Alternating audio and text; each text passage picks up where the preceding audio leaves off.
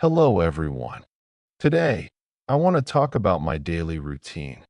I believe having a good daily routine is very important in life. A daily routine helps us stay organized, healthy, and productive. Every day, I wake up early in the morning. Usually, I wake up around 6 o'clock. After waking up, I wash my face and brush my teeth. Then I drink a glass of water because it helps me feel fresh and active. After that, I have breakfast. Sometimes I eat rice, bread, or noodles with tea or coffee. Breakfast gives me energy for the day.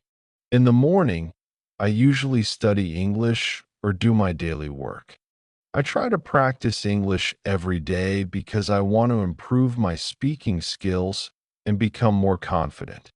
During the day, I also spend some time watching videos, listening to music, or learning new things online. Technology helps us learn many useful skills today. In the afternoon, I sometimes rest for a while or talk with my friends and family. Spending time with loved ones makes me happy and relaxed. In the evening, I usually eat dinner and spend some time thinking about my goals and future plans. Sometimes I watch movies or use social media for entertainment. Before going to bed, I often practice English speaking again or read something interesting. I believe small daily practice can create big improvement in the future.